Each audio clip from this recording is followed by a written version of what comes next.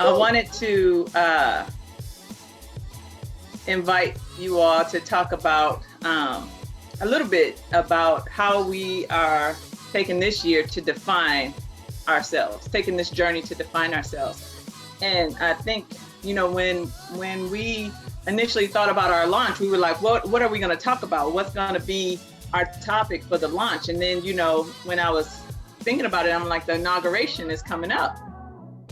And although that may impact how many people are going to listen and view and all of that, even though it was this morning, they may be Facebooked out by the time, our launch hits.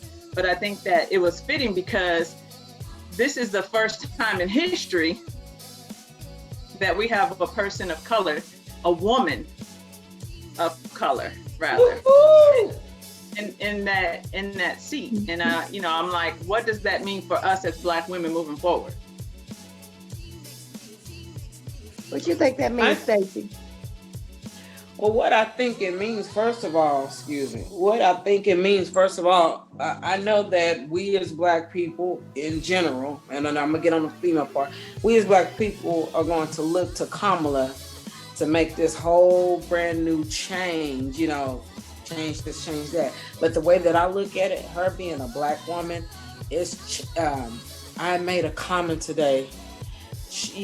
I made a comment today saying that Black people we're always making history. I don't care what it is, we're always making history.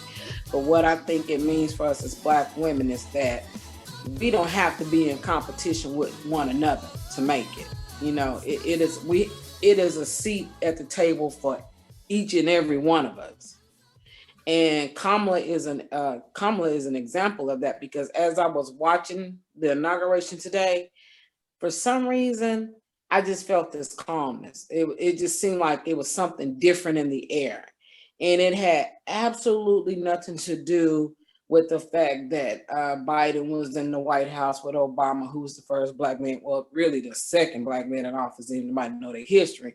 But it had nothing to do with that. It had everything to do with, we have another African-American person in office, but this time it's a woman.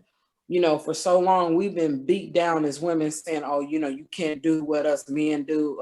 America's not ready for a woman to run America and all this and that. We're not, we are ready. We've been ready. If the truth be told and not so, it was Michelle Obama. You might as well say she was the first Black woman in the White House, running the White House, because the truth be told, I believe 100%. She was the one that was telling Obama, hey, baby, I think you may want to do this and put this in plan to action. I believe she was in the background telling him, you may want to pass this bill, because Michelle is far from dumb. When she opened up her mouth, it's like, oh. So with Kamala, I'm here to tell you, I want all the Black women and little Black girls alike to look at her and say, it is a seat available for me at the table, because it's one for everybody, only if you choose to sit at the table.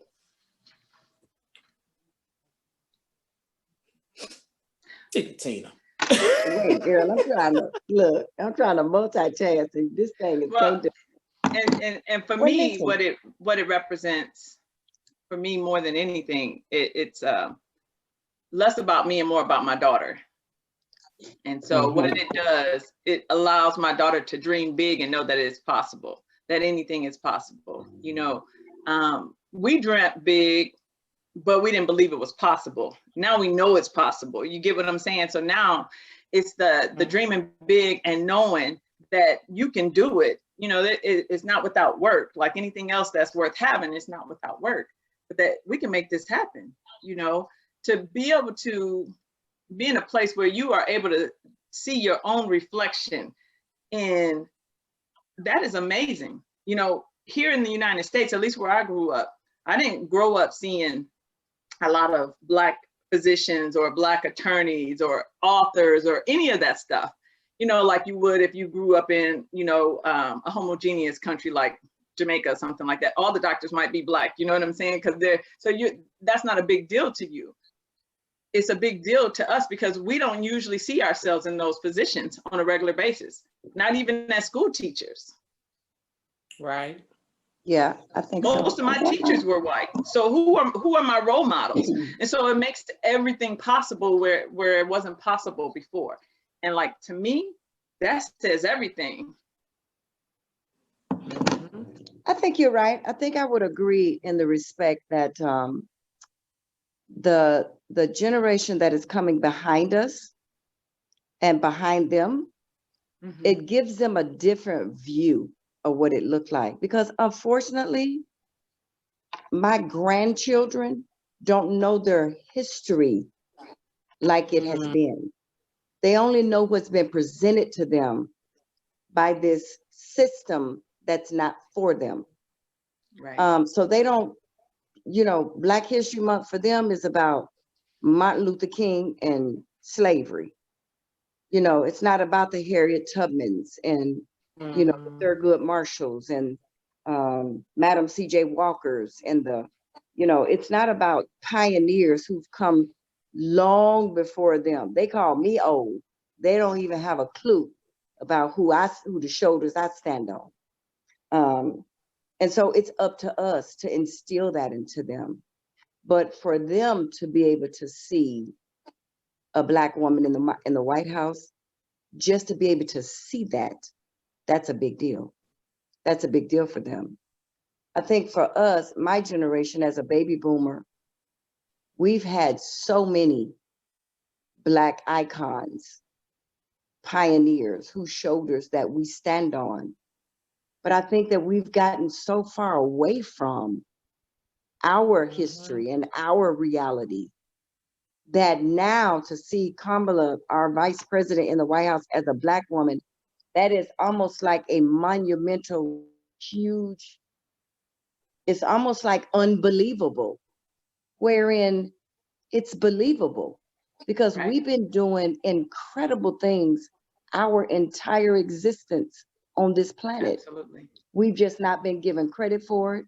It's not been shown. It's been stolen, taken advantage of, ripped from us, lied on us. And so I think just the picture alone of seeing her stand behind them doors gives hope to the children that don't know about our history. Yeah.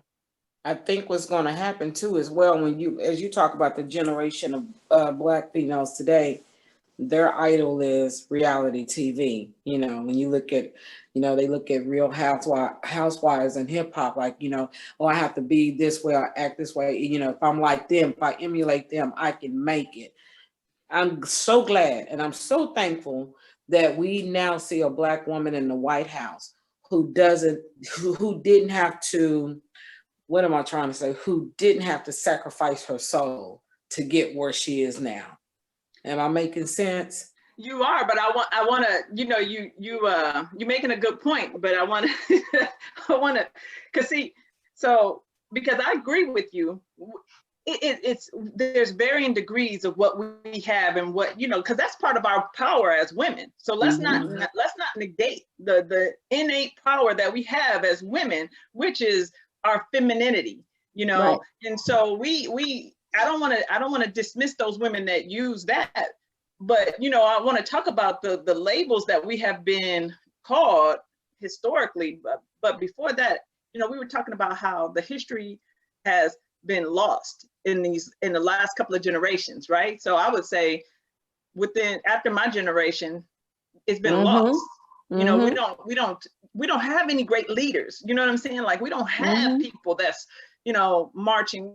They are now this last year or so with good reason, but we don't have people that was taking us like Martin Luther King, Malcolm X. We didn't have people that could bring us all together, and the people that we did have, a lot of us didn't trust because of the positions or the information that was spread out there about those particular people, right? The reverends. And so one of the things that I want to talk about is, does her visibility in the White House help our invisibility in our society? Do you think that there will be now a shift? Because, Black women, we fall into this invisibility category in terms of our needs being heard even, right? So like I said, they get out. When George Floyd died, they got out and they marched. When Breonna Taylor got, you know, when she died, it took George Floyd's voice, you know, his path to even let her voice be heard or to even be seen. And so what I'm saying is that was an invisibility. There are women, Black women that are being mistreated and not being heard and their needs not being met, that invisibility. So I'm saying, is her position alone as the VP going to be enough to bring us up out of that invisibility? What do you guys think? Alone? No. I don't think it's Yeah, I gonna was gonna lie say that. on Yeah, one it's individual for that weight to be on the shoulders of the visibility of her standing behind those walls. No, it ain't gonna be enough. We have a long history, but is it a start? Is it a conversation? Is it open up dialogue? Does it place, you know what I'm hearing in the back of my mind now? You ever heard somebody tell you, well, not me, because my people call me the ghetto psychologist, but people that speak correct English, in our community, unfortunately, we want to say in the hood, why you talking white? Because you're speaking correct English. But because you sound like what we say, you sound like them, you talk like them, you carry yourself like them, that they're going to see you differently. No, that's not how that works. We can speak correct English. We don't have to use broken English. We can carry ourselves with dignity and pride, and all those things. But at the end of the day, I think that there's a lot of work still that we're going to have to do. But I do believe that as a Black woman sitting in the second highest seat in this land, on this earth, in this country, I'll say, yes, I think that opens up the dialogue. But would that change the face of our invisibility or the stigma of being an angry Black woman or a mad Black woman or Black woman with issues or drama? No, I don't think it's going to change it. Will it open up dialogue? I'm prayerful. I mean, we as Black women, we are who we are. Individually, we are who we are.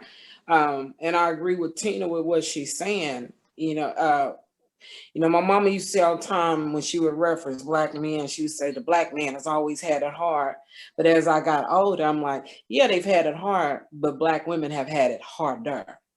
We've had it harder. We would do things, we would move in silence when we were hurting. But we still remain strong.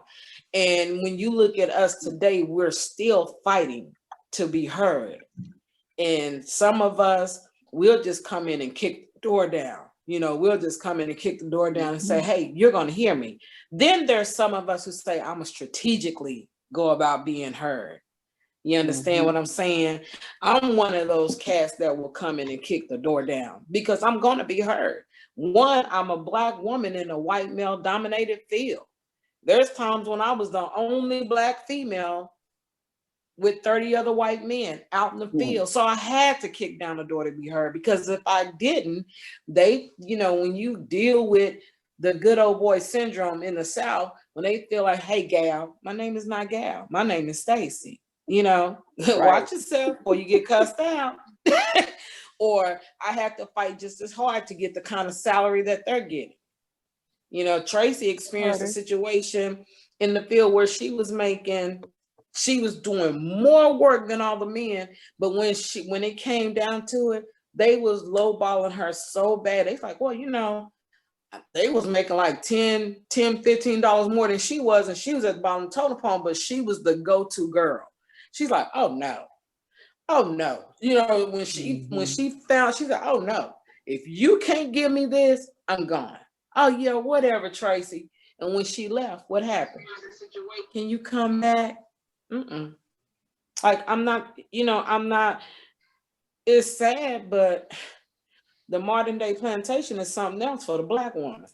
It really is, because I had to deal with that just as other strong Black women have to deal with certain things. But like I said, it's all about how we move individually. I know how I move individually. And I move strategically, but at the same time, I'm going to kick the door down because you will hear me. And that's just my take on it. And I think collectively, I think now, we're at a time in history and in our culture and in our society where we got to start moving together. Yes. We got to start coming together as sisters. Yes. Because there's been a wedge drawn between us systemically, this wedge between us and within our own culture. And we got to tear those barriers down and be able to come together, because I don't know a stronger species. I don't know a stronger culture. I don't know a stronger woman than the Black woman. I don't. But at what cost? And I know, I mean, these are things that we're gonna get into. But one of the things you said, about the things that have divided us. So I'll be the playing the devil's advocate, if you will. But one of the things that I take notice of is that when this was going on in the elections, before the elections, but when they were running and all of that stuff, other people were quick to acknowledge that she was not all Black, right? Yeah, there you go. And so they want to quickly, but historically, when you have a drop of Black blood, you automatically was Black. So now, how do we change that definition when historically in this country, all it took was a drop? You can't take that back. Like they, and so it's interesting to me that, the definition changed, but that's what has driven a wedge. I use that point to come in to make that point about the wedge that has been driven between Black women has been the color line that has been drawn. People pick and choose when they want you to be Black. Yeah, be clear. People, but I'm talking about in terms of us. But that's what I'm talking about. I'm talking about us. I'm not talking about no other race. I'm talking about us. We as Black people, we pick and choose when we want you to be Black. Like it bothered me. It bothered my spirit so bad when the campaign was running, and the first thing some of these Black women jumped on, well, look who she's married to. I don't care less about who she's married to. I'm looking at the fact history is about to be made here. She's not all the way Black. But what you say, Chandra, if you have one drop of Black blood in you, what are you? You're Black. Why are we picking and choosing? Why could we just not just come together and unite and say, man, a sister is in the White House. I guarantee you, there's still some Black women who were so against her. They're not rejoicing for her. I mean, it is what it is. That's the way of the world. We can't change it. This is what we live in. But I simply was like, what is our problem? Why can't we come together and stop with all the jealousy, the envy, the backbiting, the judgment? It killed me how they were so quick to pull out, oh, well, her mother was this and her father was this, but she's married to a white man. Who cares? She Black to me, point blank, and let's put a period on it and move on. But people want to pick and choose, especially Black women are. I think Black women in general, we can be harder against us than anybody else. You know what I'm saying? Because when I look at social media, with you, Stacey, I would agree. We are our biggest nightmare against each other as women and women of color. I think we can be that. But to the point, I think that when we begin to heal and love ourselves, that narrative will change. Because all too often we tend to lash out at other people. That what's inside of us. And so I just think that it's all going to change when we as Black women learn and practice how to love, honor, trust ourselves first. And that's the key right there, because we have to trust that we are worthy of all of those things that we just talked about. And see, the stuff comes out of us when we lack it inside of us. You see, it does. But also we can't take away the fact that we have been pitted against each other. We have been pitted against each other, and it continues in a way that, and I know I'm getting a little bit off of the subject, but when you start systematically gelling our men, you pit us against each other even more so. So this is not a by accident or coincidence. This is strategically done. You know, we just don't see the white paper on it, if you get what I'm saying. Right. And we don't talk about it as real as it is. Right. Because I think everything that happens in this country is by design. There are powers at B that have been creating the dichotomy, what is unfolding even now. 50 years ago, this has been a plan in the making. And so it's no different than as Black women, especially with the whole systematic pipeline to prison pipeline, you know, with our Black men. You got most of our men, I won't say most, you got a lot of our Black men locked up behind bars. A disproportionate amount. Huge. And so you got, you know, I don't know where it is where y'all at, but here in Atlanta, it's almost 18-1. And so then the 18, I left. Me too. Because they like to play games with your heart because they think they can. Right. Because they can. They have that option because there's so many of us compared to them. But I think these are all things that we will need to continue to explore. So I wanted to bring this up to you guys, not to just stop and switch the subjects. I know that we had a few comments in the live, so I appreciate anybody that's watching and joining us in this conversation. But I wanted to talk about how do we now shift and change and define who we are based off of historical representation of how we've been seen. Like, what is it that defines us? You know, I was looking at some stuff, and one of the things that kept coming up was, you know, the angry Black woman. And so I was reading some more on that, and the way that they call her, this has been going on. See, I'm thinking, you know, and I'm young, not that young, but young enough, but I'm thinking, you know, not necessarily from Tyler Perry, but you know what I'm saying? He made the angry Black woman thing popular, right? In terms of bringing it to the forefront. But this has been going on since Amos and Andy, right? With Sapphire. This has been going on. This has been propaganda to make us believe and to emasculate our men. Yeah.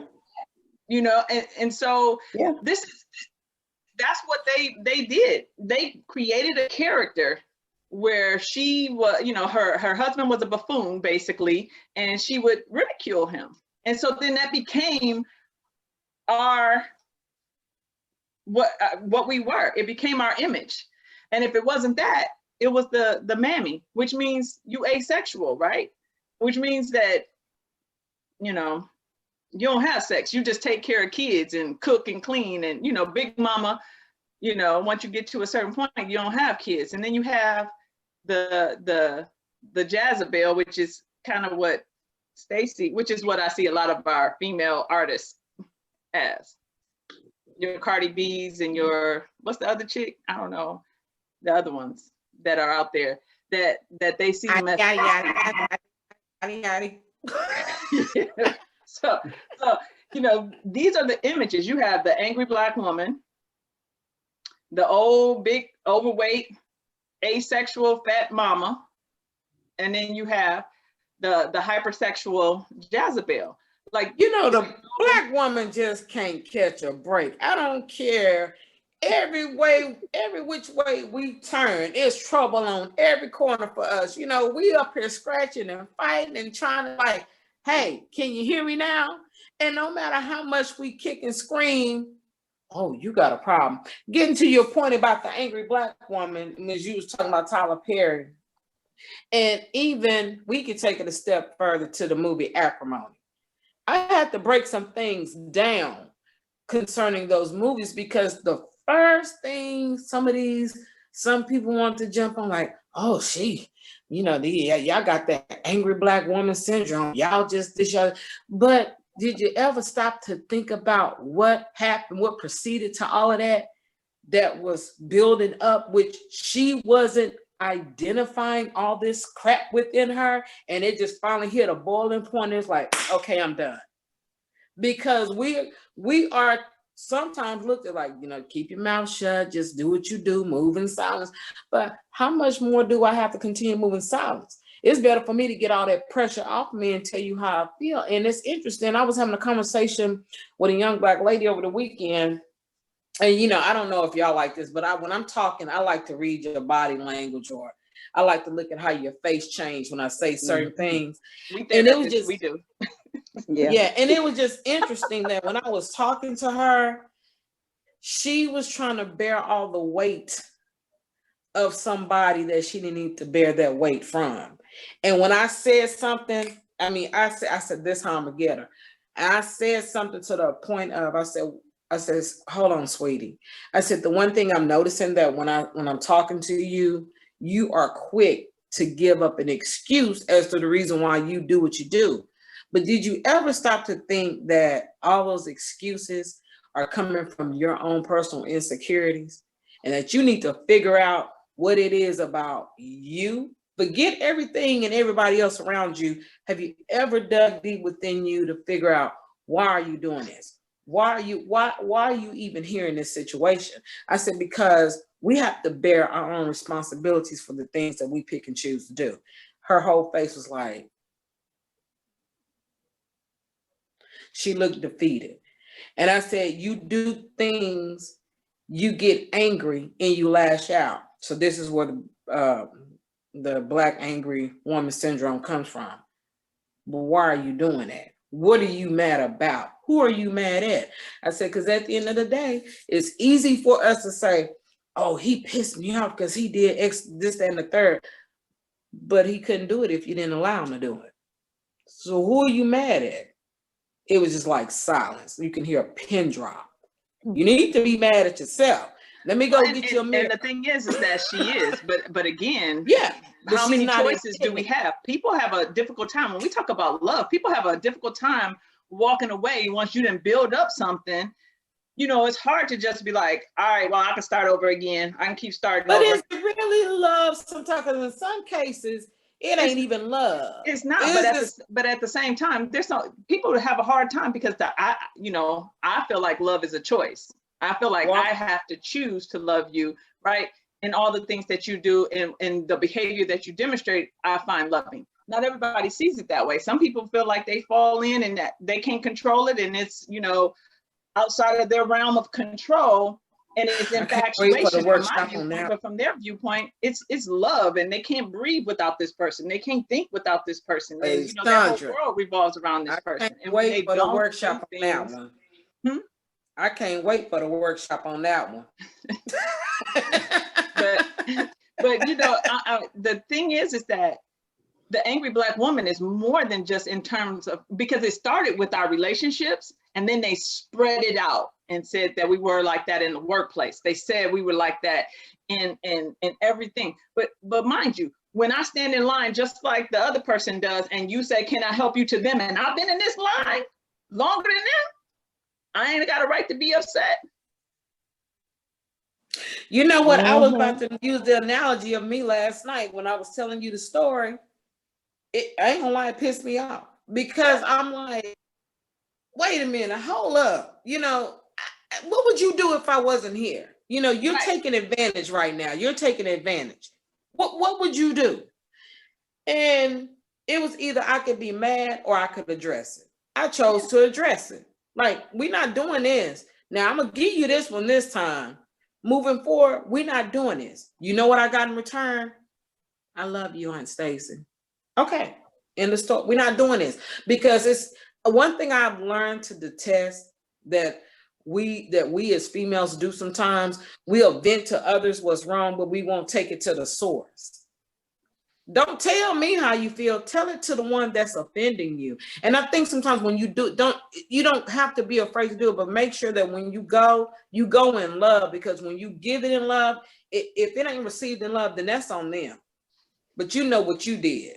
You know, I came to you in love, and if you didn't receive it, okay, move on. That's why I said when I hit 50, I had self-realization about Stacey, like. So my question to you, both of you, is: have you been put in any or all of those categories before? A Sapphire, Come on. the Jezebel, or the Mammy? Come on. And then some that ain't even on the Thank list. you.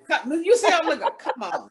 You. I was glad you said, and then some. The list keep going And then some. and going. Because let's keep it 100. Too, as Black women, we know how to survive.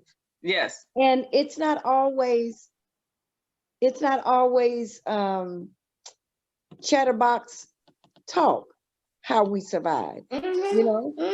We've some of us have had to do what we know, or what we knew at different periods in our lives, or work with what you got, with what you know. Right, wrong, or indifferent, we've been taught. We've come through a whole lineage of a history that have given us many, many experiences, and not too many of them pleasant at all.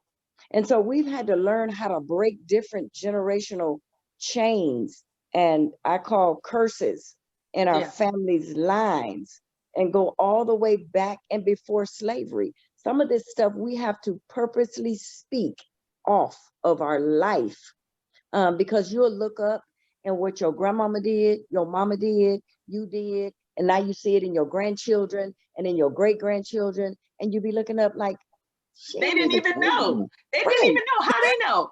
Right. So, and that's what cracks me up, because as a therapist, we do what they call genograms, and we picture, we show you, we picture out like, and then you start seeing the patterns. Yes. And you like, wow, like I didn't even know. Oh, she had an abortion. She had an abortion. She had an abortion. We didn't even know. She was raped. She was raped. She was raped. She was raped. She was in domestic abuse. She was in domestic abuse. He was an abuser. He was an abuser. He was an abuser. She was an abuser.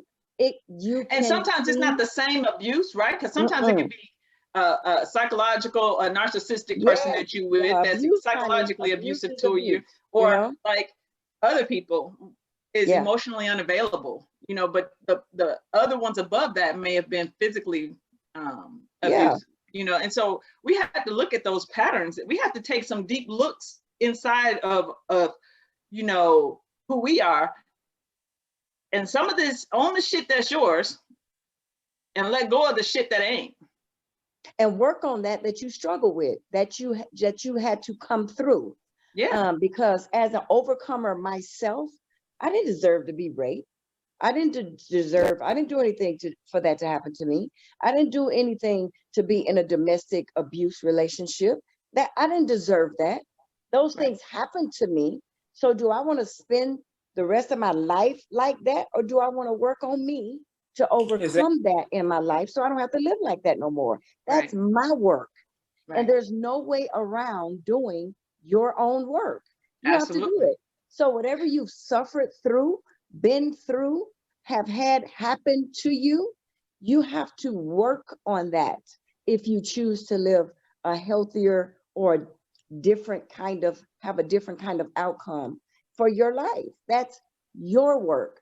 That's not your abuser, your perpetrator, your neglector, your daddy, parents, your mama, your cousin, boo-boo them. No, that's your work. Because I'm responsible for me. Dr. Tina is responsible for Dr. Tina. I am. So does that negate what has happened to me? No, it doesn't. And I'm at a point in my life now, all that was by design. That was a part of what needed to happen in my destiny for my life. That had to happen for me to get to where I needed to go. And so for the thousands of people that I've been able to speak into their lives as a result of me having the same experience, I'm cool with that, God. Thank you for allowing me to come through, because I know many that still in the insane asylum, still on antidepressants, still can't sleep at night, still scared to be around a man. That's not my ministry. That's not my story. So I'm grateful for the work. So my sister, you have to do your own work. You don't have to remain in a state of being that you don't choose to be in. You don't have to stay there. Does it negate that you're there? No, it doesn't, but it's a choice. From the moment that you choose to live differently, it becomes your choice. And you have the power. And there are people out here that love you that you don't even know. There are people out here that will help you that you don't even know. You haven't even met yet. Strangers help save my life.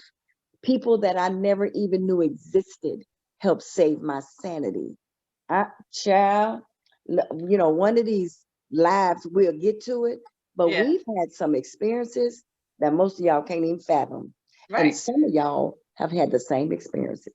And then some. And and the thing about it is, to me, and that again, that's the reason why I asked the two of you to be a part of this, is because it's about speaking your truth. You have to be comfortable enough, because if you're not able to be 100% honest with you, then nothing changes. Nothing changes. Hell, I struggle with weight, not because, yes, it's some genetics. Yes, it's all that. But the struggle is, I know damn well I ain't supposed to put certain things in my mouth, and I continue to do it and then act like surprised why I gained 2 pounds. Because I continue to do the shit that I know I ain't supposed to, because for whatever reason, it brings me comfort or it helps me out with stress. But I have to acknowledge that, and I have to work on that and be ready to change that. And until I am, I'm going to keep putting it on my hips, and that's okay. Because I keep putting it through my lips. So as long as I keep putting it through my lips, it's going to end up on my hips. And I have to be okay with that. I have to love every ounce of me. Every ounce. Every ounce of me. And until I learn that I have to love every ounce of me, you allow other people to define you. That is where the problem is. That's why that's why this show, in terms of today, is what we're talking about, is how do we define ourselves? Do we define ourselves by our values? Do we define ourselves by our experiences that we have? How do you define yourself? How do you begin to change the definition of how you saw yourself to who you want to be? Because I'm trying to learn to live in the footsteps of how I want to see myself and how I see myself versus where I'm at right now. If that makes like sense. It said, we all go through seasons in our life, and with each season, we should be changing. If you're not changing with the seasons, you need to go back and reevaluate why you're not changing. When Tina was talking, all I can think of was, it's one thing to have physical chains on you, but those mental chains are worse than physical chains. When I would tell my stories of, a situation that when I was in a relationship in college, they were surprised to hear that he would hit on me. Of course, I used to fight him back, but, but people like, what? I said, I remember the first time he lit me up, because he was jealous hearted. And I said, for me, I'm like, my dad never hit my mom. Why is this happening to me? But then I had a sibling who was married, and he used to beat her all the time. And, as I begin to get my inner strength and say, oh no, this shouldn't be, this is not where it's at, and I was able to walk away, I look back on that to this day still.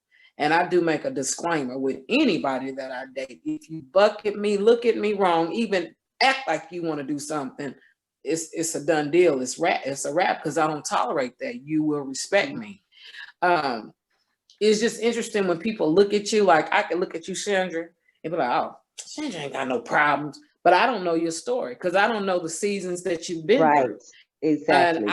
And it's real easy to look at me and say, oh, Stacey's happy-go-lucky. She make people laugh. But it took a while for me.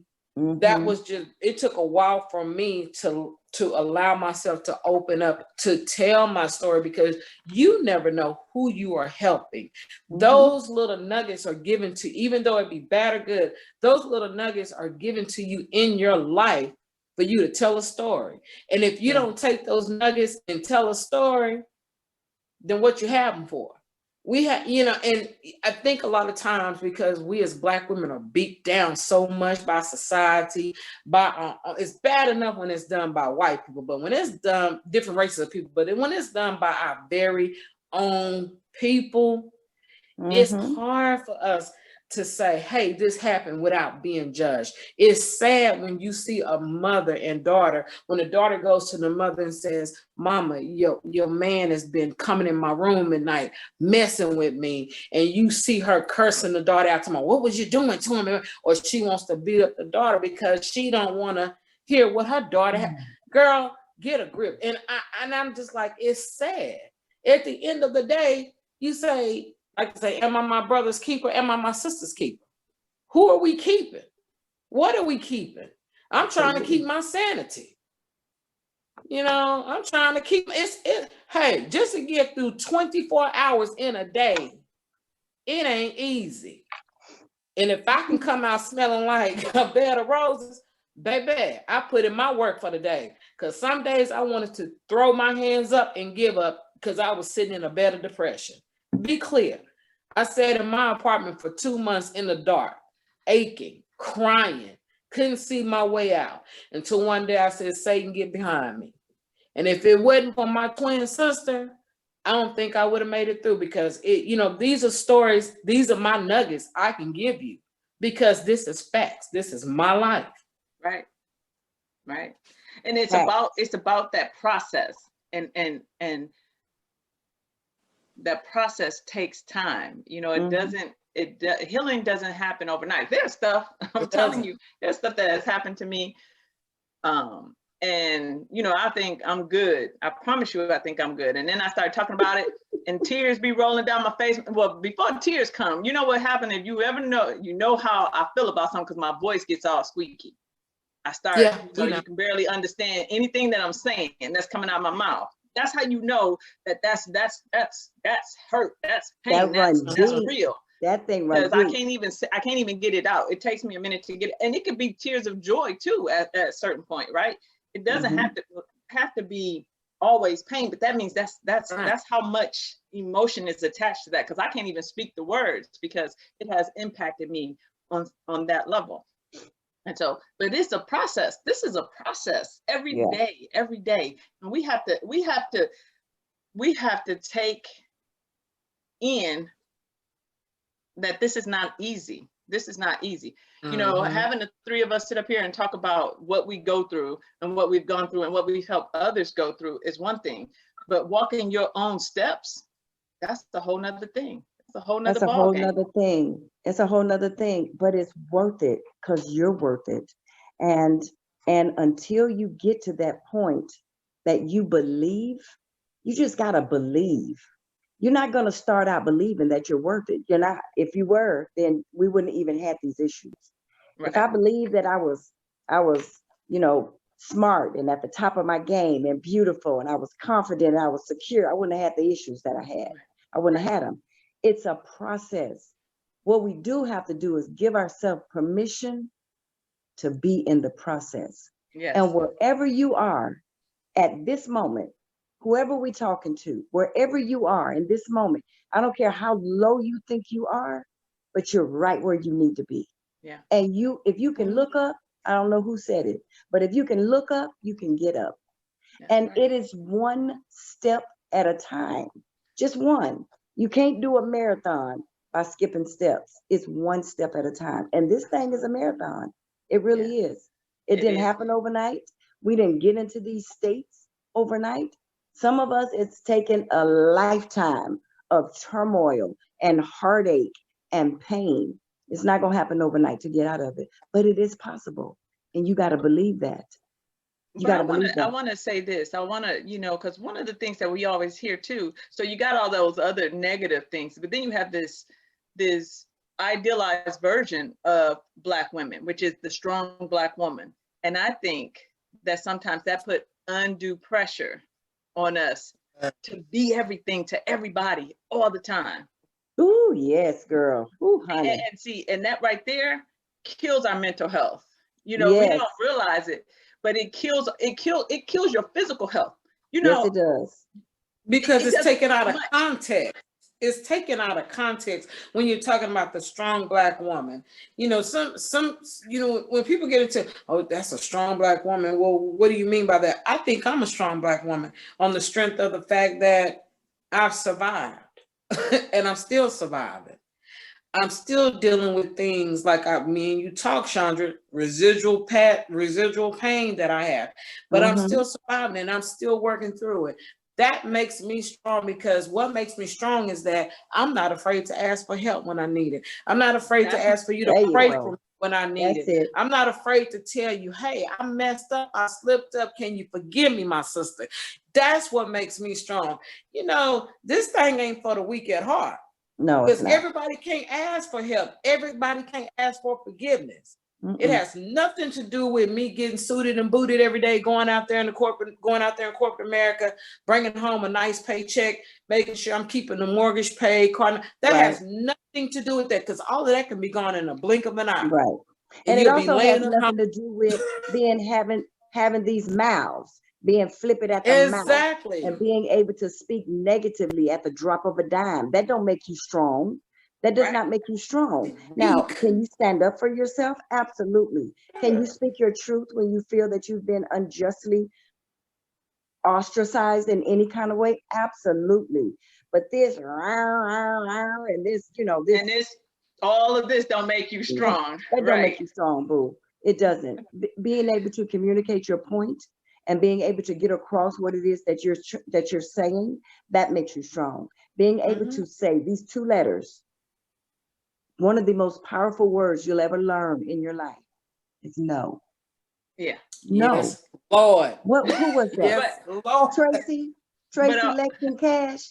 I feel you, baby. I feel you. I feel you. No is one of the most powerful words we'll ever learn in our life, because we cannot be all things to all people. We cannot. And people will learn who you are. And people will try to take your goodness for granted and your kindness for a weakness. You have to learn who you are. We have to learn who we are and be able to decide, yes, I can. Yes, I will. I'll be happy to. Or, no, I can't. I don't want to. I don't have to. No. And I don't even have to give a reason. No, you don't. I'm not. But I think that you guys both, without even saying it, you made a very valid point, is that, our strength doesn't have to be determined by how much pain and suffering we take. It's about setting limits, right? And boundaries. And knowing what your limits are. It's about being able to say, I can't do this, or I can do this, or this is what I'm good at. This isn't what, instead of taking on and taking in and on everything, we have to be able to say, no, we have to be able to set limits. And I think that historically we haven't been able to do that, because as generation down to generation, as Black women, we have been the thing that keeps families together. Whatever. And everybody's caregiver. Everybody's.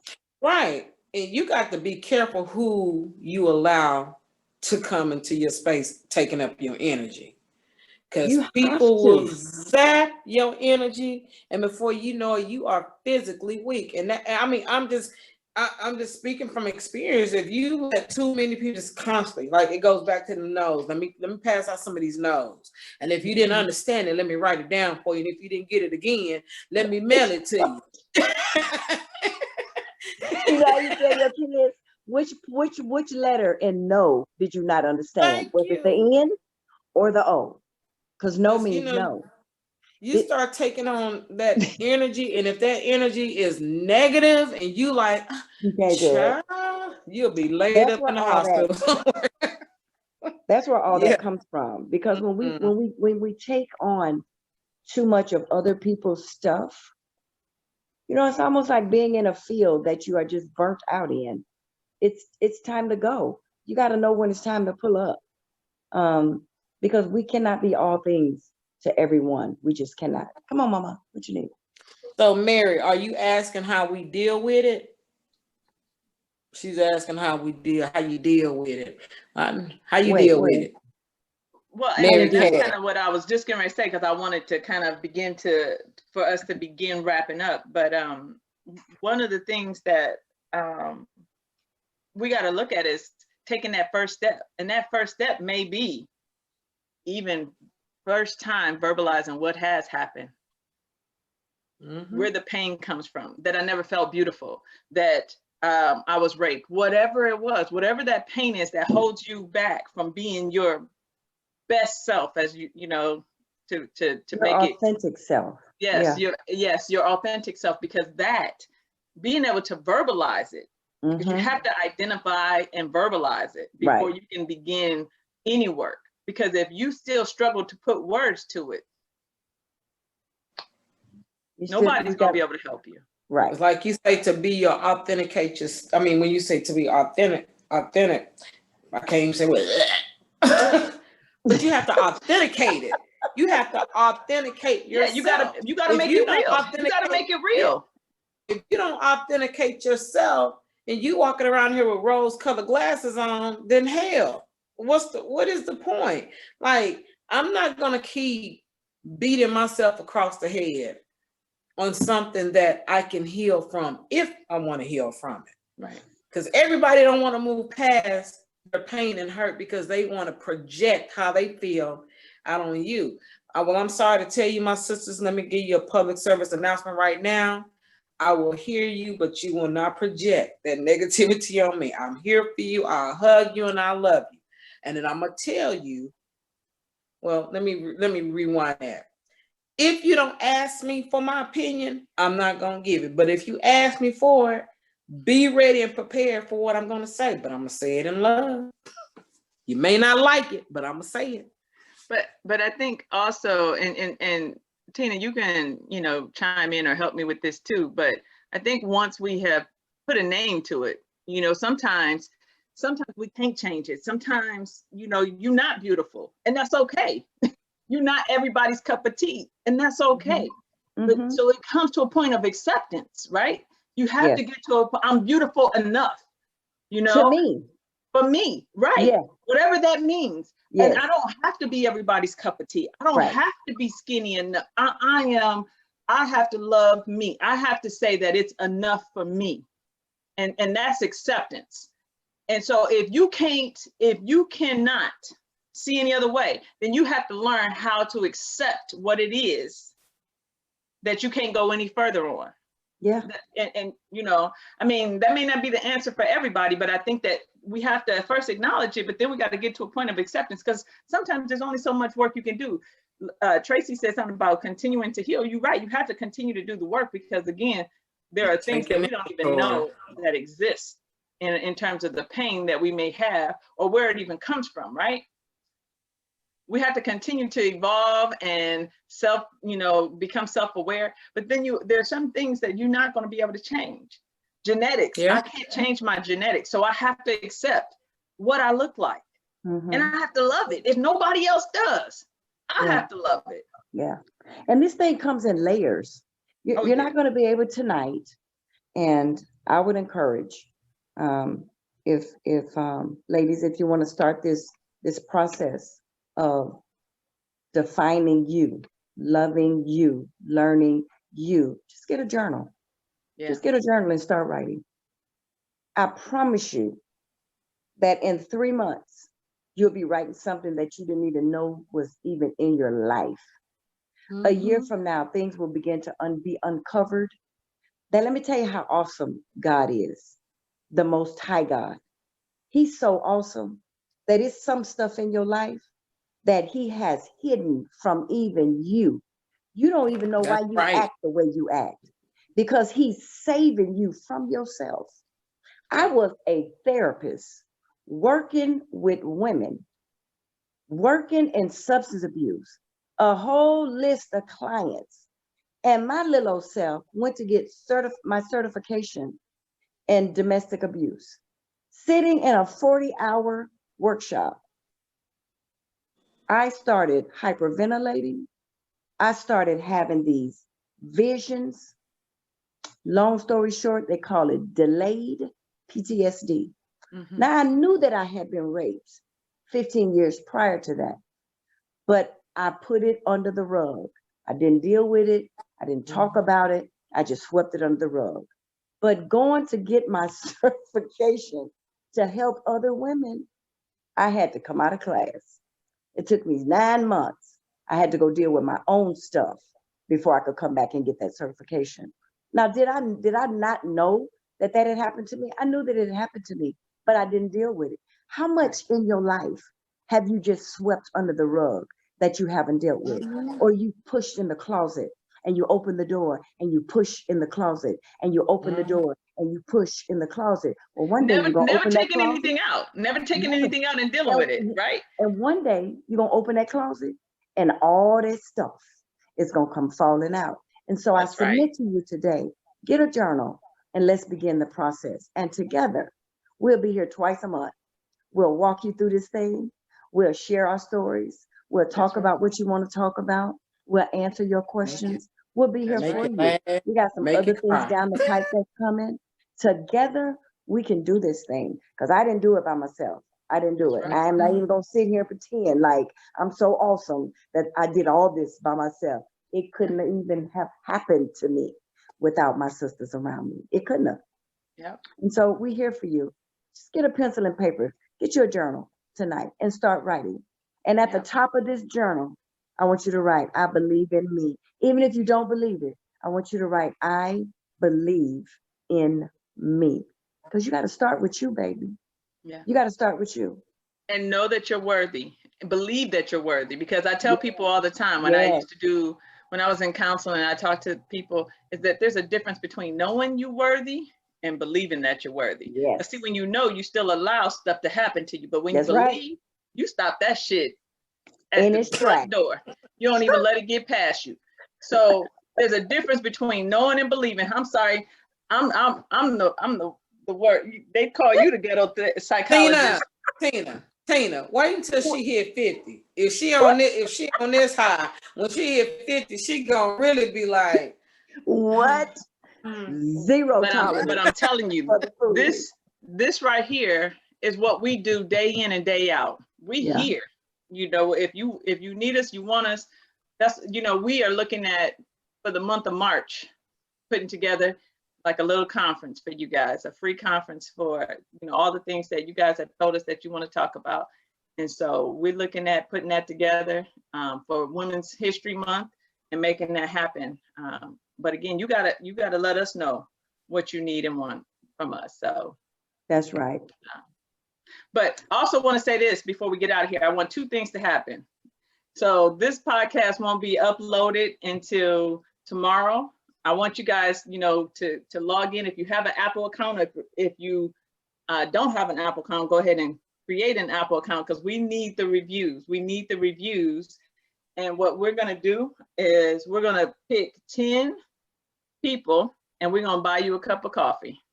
So we're going to pick 10 of those reviews and we're going to buy you a cup of coffee, because that's how sweet we are at That's Coffee right. with Cream. That's You know? right. So you go and you leave us a written review. I don't want just 5 stars or 4 stars. I need to know what it is that you enjoyed about listening to our podcast or our talk. This is about rich conversations. So sometimes it's gonna get too much. Walk away and come back. We'll still be here.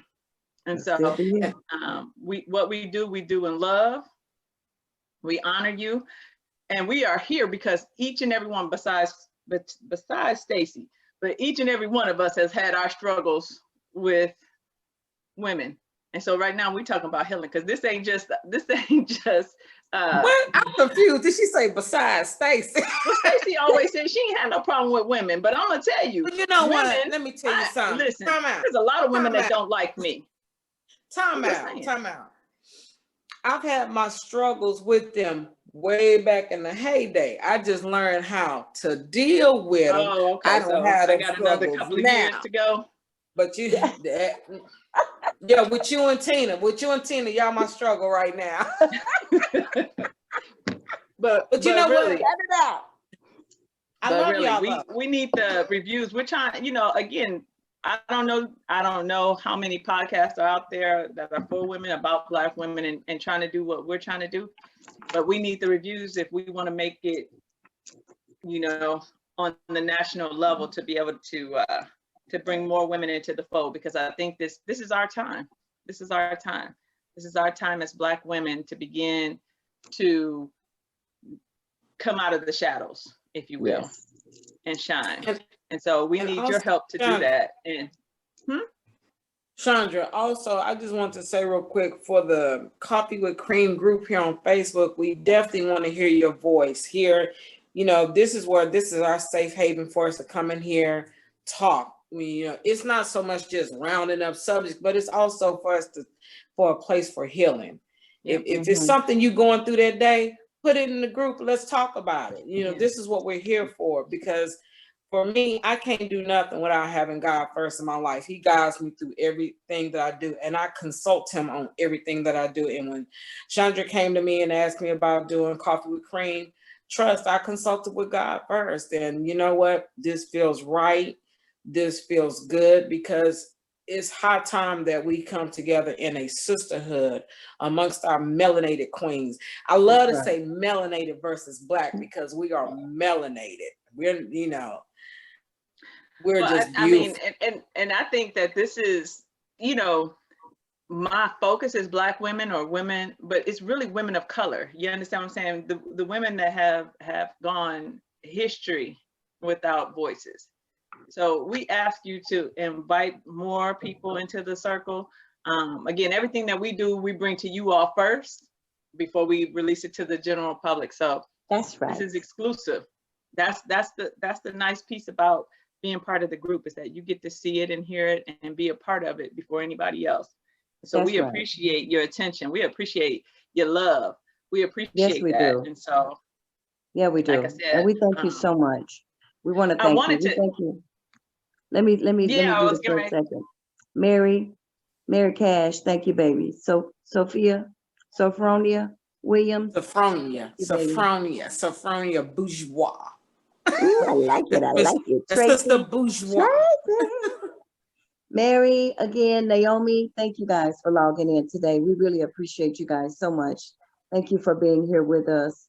Londa, thank you for watching. We really appreciate it. And you guys, we can see y'all talking to us while we're on. They can, because they're technologically okay. I can't see nothing. I'm sitting up here. I'm looking at y'all. I'm lost in the sauce, y'all.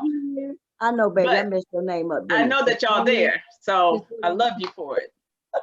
And definitely invite the sisters to this group. Definitely invite them. Bring them on in. Yeah, it's 9:09 your time in Atlanta, and so I want to end this with I asked Miss Dr. Tina, the spiritual guru. Don't say that, girl. To end us in prayer, because I think that today has been an amazing day from start to finish. You know what I'm saying? We are been blessed. This is an opportunity for us as Black women to be valued and looked at and seen.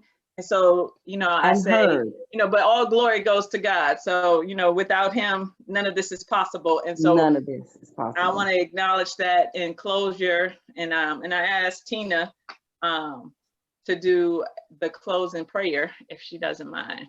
But before, I don't mind. Anybody else got anything to say? Anybody want to? Stacy? Nope, I'm good. No, Stacy? Go ahead, Tina. Well, I just want to say I'm good, baby. I definitely encourage every female that's on the feed tonight to, let's continue to grow this thing. Let's continue to grow Coffee with Cream. Invite your melanated queens in here, because we all got some stuff. Including me. We could sit around here and walk around like we don't have no problems, but we got them day in and day out. But let's say. Yes, honey. Let's just make this thing happen, because like I said, we're here we are a free, non-judgmental zone here, and we're just here to love on each other. So Let's keep it going, because I think we got a good thing here, thanks to, the beautiful mind of Miss Chandra Brown, Absolutely. the creator. And we're gonna try to be good, y'all, and keep this thing within an hour. Because we don't want to, we know we can go. And I'm so proud of myself because I did not yarn not one time tonight. You so took a I'm so nap proud today, of you. didn't you? No, I didn't. But please don't forget to go and leave a review for us. It is because it also helps us to improve. So, and that's what we're about. So y'all talk to us and keep us in prayer. Keep us in prayer. And we love y'all. Thank you so much. This is the beginning of many, many more to come. My two bosses, thank y'all so much. I love y'all. And now to the Most High God. Father, we thank you for this day. We thank you for the beginning of what you have set before the foundations of the earth. You knew that this would happen. You knew that you would birth this through Chandra for us, by us, for your women. And we thank you. We thank you, one, for allowing us to be your daughters. We thank you for allowing your word to stand in our hearts and in our minds. We thank you for giving us sister and a sisterhood that we can stand together and lean on one another and trust one another and be there for one another. And Father, we ask that you would just allow us to continue what you've begun, a good work in us, that you would perfect that work in us, for us, by us. We thank you for your glory. We thank you for your spirit. We thank you for your presence. None of this would be possible without you. And so for you, the Most High God, we thank you and we honor you and we give you all praises. Amen. Amen. Amen. And let me correct something. I am not the most spiritual one. I'm just a sinner saved by grace. Every day I need a good measure. Right. Every day. Listen. I love y'all. Tell them about the book coming out. Tell them about the book. I know, y'all. The whole book is coming. It is. I promise y'all it's coming. Y'all got to pray for me. I want it to be done this year. I've been working on this so long. We'll talk about it next time. But it's coming. All right. It's coming. Good Y'all night. be good. We'll see y'all in 2 weeks. Good night. Good night, y'all. Bye. Ashe. Bye. Bye-bye.